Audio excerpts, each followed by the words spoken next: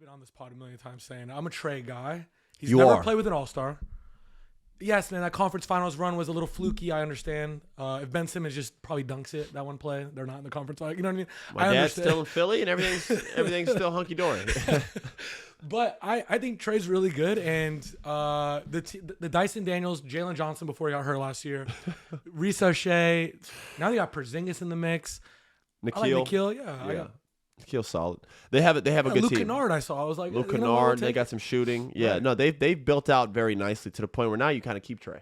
Yeah. Remember before we're like Trae's like a really good top tier point guard, and he's like on this bad team, and it's just like they're like hovering just to get in the play in. Like, can we get Trae on remember like the Spurs? Let's get him with Wemby. Yeah. Lob threat, all these different things. They just went and just kind of rebuilt this young core.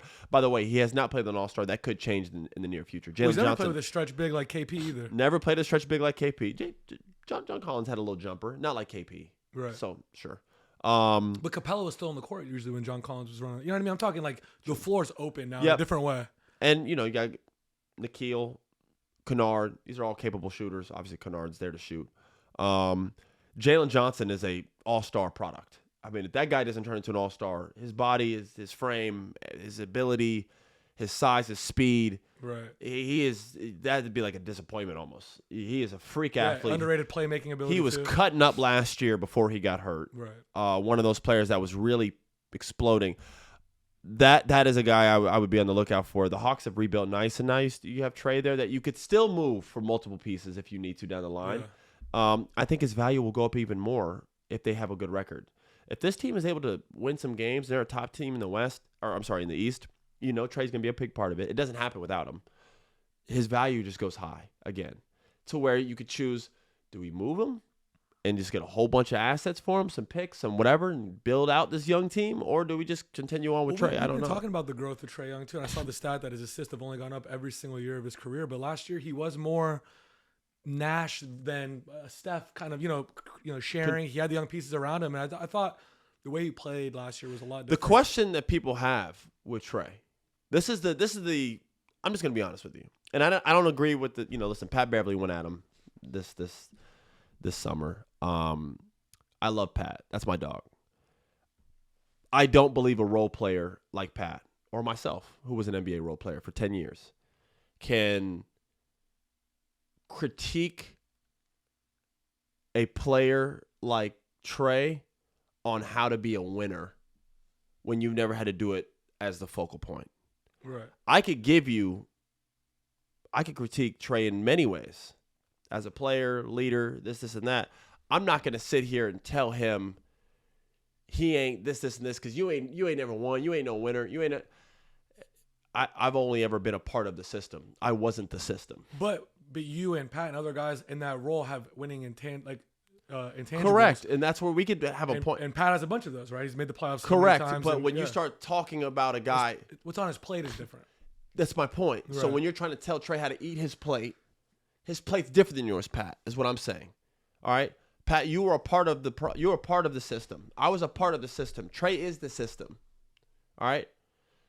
Trae's got to go in the game and have 20 plus. Trae's got to go in the game and have 10 assists plus. Trae's, when it's 99, and there's 10 seconds left, Trae's got the ball in his hands, Pat. We were in the corner, and if it was ready for us, then we shot it. We weren't the decision. You know what I'm saying? Now, I will be honest. There were times where I did have the ball in my hands. There were years with the Clippers, or even games with the Rockets, if one of those guys was hurt, but especially with my last 2 years of the Clippers, I was in a different role. I was one of the main guys on those teams. I was probably the second, third option on that Clippers team, to where on any given night, closing a game, I'd close games with Lou Will. Most of the time, me and Lou had to close games. Pat never had that. Just respectfully, I'm being honest. I understand what Pat's saying, though. Pat does add to winning. Pat's always been a me first guy. Pat has never went into the game talking about him scoring. I played with Pat, and I played against Pat. He was never a guy worried about his own numbers. He was always worried about doing the little shit to have an impact. And if anything, the only thing he was selfishly focused on was his defensive performance, which only affects the team outright. So I understand from Pat's point of view, when you see someone like Trae and have all these numbers and it doesn't equate to winning, being like, man, you don't X, Y, Z. I get that. Yeah. He's allowed to do that. Pat played in the NBA for one. He's definitely allowed. We have a whole bunch of non-basketball players who critique us every day on television. I turn on TV right now and I see a guy with a mini fro talking about God knows who, and he's never played a lick of ball. That happens all the time. On Pat played. He's a pro. There's a respect there. I get it. Within that, though, that'd be like me being like, you know what, man? Chris Paul just doesn't know how to. He just doesn't know how to win. He don't know how to do it. He don't have it.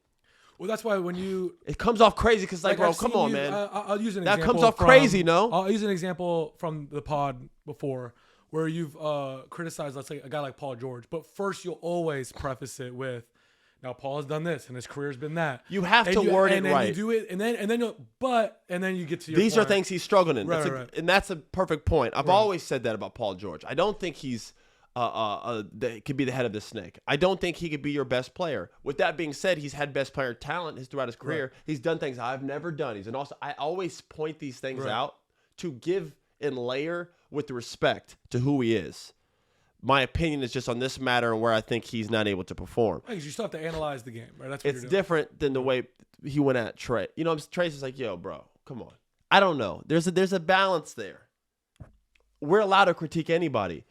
Just within that, you got to be real with yourself of our plate was different than some of these guys' plates, man. You know what I'm saying? Like, let's just call it for what it is. I ain't never had Trey Young's numbers. I've never had Trey Young's role. I never got paid what Trey Young got paid. You want to know why I never put up I didn't do what he did? Nor did Pat. Nor did anybody on a podcast right now, quite frankly. Other than maybe Mello.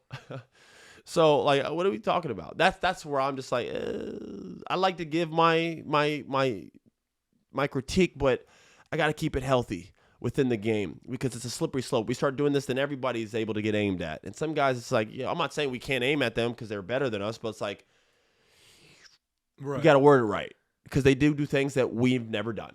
If you've never done it before, shut up is what I'm saying. I critique it, but to a certain point and with a certain like class about it. Delivery is everything. Delivery is everything. All right. Yeah. Trey Young has been the leader of his team every year he's stepped foot in the NBA. From the minute he came into the NBA, he's the best player on his team. Not a lot of guys can say that. Yeah. Made multiple All-Star games, made the conference finals. His numbers are through the roof. The question that people have, I think the reason, whether Pat will admit it or not, and other people will admit it or not, people are bothered by Trey. And this is why. His numbers are through the roof. His assist numbers have gone up. Why is it why is it so many players don't like playing with him? And that's the billion-dollar question for the Hawks and a multi-million-dollar question for someone who wants to sign Trey Young. Why is a guy who's one of the league leaders in assists, his assist numbers go up? Why is it so many former players who played with him, who are on different teams, they always have a soundbite, man, I get to play now, I'm free. Yeah. You've heard it, okay? So I'm not taking this this is a known thing. What is it? Because he has the ball in his hands a lot? I don't. Do people say that about James or Luka or the other guys that have high usage rates? Okay, see, that's my point. So that's what I'm saying. That's the question. A lot of guys are like, I don't want to play with him. Yeah. Why is that? That's what's bewildering. Is he not approachable off the court? Is he not a good team? I don't know these. I'm not there. I haven't heard those things. So I'm not accusing Trey. My interactions with Trey have always been very positive.